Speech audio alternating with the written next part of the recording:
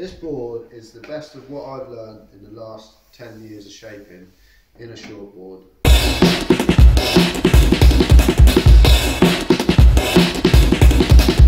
Yeah, so Scotty, you came over here and told me what you've been on, told me what you like to surf, told me what you don't like to surf, and we've come up with this.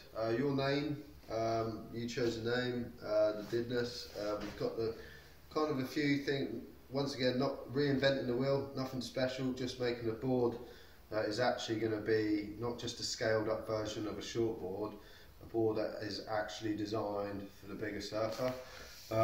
So we've got a bit of volume because that helps any bigger surfer, but I must add that it's in the right places. It's not just a super thick rail. You know, if you're 10 stone, that's going to be a super thick rail, but for Scott, his dimensions and everything, in my opinion, it's a perfect rail for Scott. So what we've done, we've kept the volume in, we've kept it under the chest, but we've kept this quite domed, so it brings the rail down. You've got down there, nice boxy edge on the tail, super sharp edge right on the bottom, all along there, super sharp edge.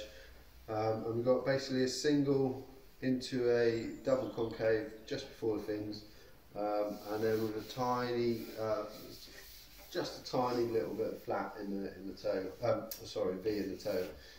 Future fin boxes, 6'4", 21 1/4, 2 3/4 thick, and it's 42 volume, 42 litres. So yeah, it's just if you can see, it's slightly pulled in tail. So we've got a lot of curve, which I don't like to put in boards too much. If you've got too much curve, I just think it slows the board down a little bit. So what we've done, we've kept the width, and we've just brought this curve quite straight here. So you still got that natural drive off the rail, really rolled rail, so there's no catching, and then just super thin this out a bit for Scotty, just made it nice and square in the tail though. So we discussed rails and the tail and stuff, and you're kind of from the same kind of approach from me. You like kind of a bit of a refined rail, yeah, and kind of a pulled in tail, yeah, which is kind of exactly what I like as well. I mean, on a shortboard, on a lot of boards, this sharp edge here is so important. It's just, if you haven't got that, it would completely change the way your board feels. I like to really roll my rail up here, so there's no catching at all. Yeah, it's just low entry rocker, a little bit of flip in the nose, low entry. I think it's 4.5 nose rocker, and 2 1/8 out the tail. It's not about just putting loads of volume somewhere, because even if you're 16 stone, I always say a big guy is from 100 kilos up. If you're a big guy and you try and bury too big a rail, it just won't work. You'll just be sat on the surface, you'll have too much buoyancy, you can't bury a rail, especially on a shape like this, you won't be able to drive down the line. You'll just be sat on the rail, on the water all the time, and not engaged when you're doing your turns. And it will just create something that you'll think, yeah, it goes alright on crappy days, but it's not quite my magic board, and you want that refinement. So try and refine it. I mean, that's why I've put so much curve in this tail. That's why I've tried to keep a performance tail on it, and then I've kept the volume coming up through, so it's all really stable and quick down the line. But then when you put your foot, lean into the back of your foot for the turn, you can throw it about. And then when you are like going over a flat section, if you just have that centre of gravity over your hips and that, when you're driving across those flat sections, it will still do that. So it will be a really good board for really junky days. I'm not going to say it's going to be a board for 1 foot and above. It's going to be a board from 3 foot and above, but it will definitely handle any size that you want to throw it. But yeah, it's just a really nice, you know, easy board to surf. it's kind of one of those trick boards. It's a board that really looks like a shortboard, and it is a shortboard, but it's got that kind of forgiveness about it as well, that puts a smile on your face after the crappy days. We've all been there, we've all paddled out when it's super clean and had the shittest surfer there ever is. This is the sort of board that's going to make those sessions a lot less likely. You could have this up to 6'8", realistically, then you could have it down to 5'10". Right. For a guy that's like 92 kilo, maybe 95 or something like that. So still the volume in the right places, but if he's a shorter, bigger guy, will work better. There's a few customers I've made boards for that have been tall and super, like ex-rugby players, you know. I'm an ex-ice hockey player and I can't lose my mass on like this, so I'm not going to go on a fasting diet and then just be size 0. I've got to just ride the right board for me. It's not about fashion. It's like, I'm a big guy and I swear to God, if I surf at Widmouth and there's 20 guys that look the part, like I'm probably getting one of those 5 guys is getting more waves than those 20 guys that look the part. I know a lot of the time if you go into like a shop or you try and get a JS or you know some of the other brands that just chuck out a load of boards, not custom ones, you normally, if you try and scale up for the bigger guy, it kind of scales up too much.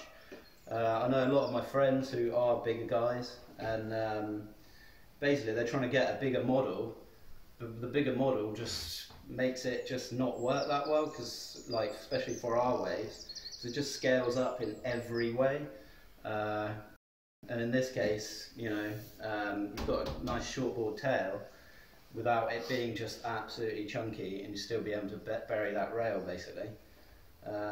So what you're kind of saying is, if what a lot of the manufacturers look like they're doing at the moment is they take their stock model and just inflate it basically, and it's not a big guy shortboard made for a big guy from the ground up. It's a normal average person shortboard just blown up, whereas this is kind of been specifically designed for a heavier surfer. Basically, I know one of my friends who is, I'm not naming any names, but yeah, he's like a bigger guy, and I've been riding a board lately that he absolutely loves, and trying to find that model basically scaled up to his, and it's just the dimensions just goes real super fat, super, and he's just like, I wouldn't ride that, if you know what I mean. So yeah, it's just sort of blown out of proportion basically. So when we're glassing it, basically we, rather than just dragging the cloth straight up the board, just laying it just on top of each other, each layer has a slight little tweak in a different direction that creates just a little bit more pop, a little bit more flexibility, and just makes the board just that little bit sweeter basically. And is that not a common thing? Is that kind of a creation type of thing? Yeah. Wow. I think that's something obviously Louie's taught me that, but it's something that he's picked up through his learning as well. So yeah. Wow.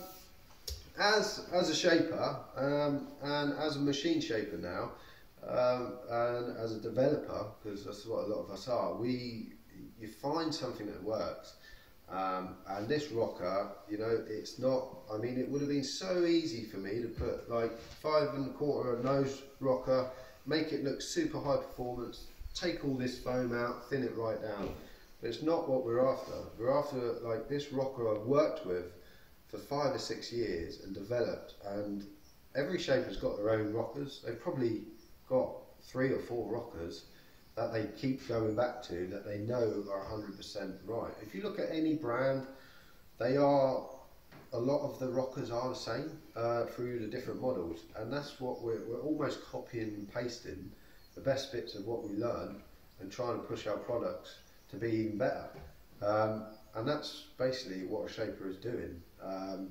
You know, like, we all have the best rockers. We'll all have a rocker that's absolutely, like, I'm a big guy, you'll have a rocker and you're like, oh my God, I'm like going so fast with it. I've just put it on that blue one, haven't I? that I've made, and I can't believe how fast I go in small surf. And that's a completely different rocker to what I've been using on my small wave board. So now I'm changing that around and playing around with that. So there's no absolute answer to everything. I mean, every guy's different and every surfer's different, but if you stick to what you know and what, like when you get a magic board, like when you take the dimensions off and if you try and copy it, it will never be magic. You know, so this rocker is like something I've worked on over 5 years. I don't know if you can see that, but so you know, slightly slower, lower entry rocker into there. But one of the most important things about this board, which is worth noting, is getting this. The fastest board on the planet is a flat bottom. So getting this stringer flat, so you put your deep single concave in there, but getting all this so it's going really quick down the line, and then you get your turning ability and all that by your rail length here. So you've got this super speed going down here, you've got loads of speed and drive through weak sections and stuff, and then when you want to do it, your turn, this is all where you're doing your turn from, you know, so you're going in and out. But that rocker I've had 5 years.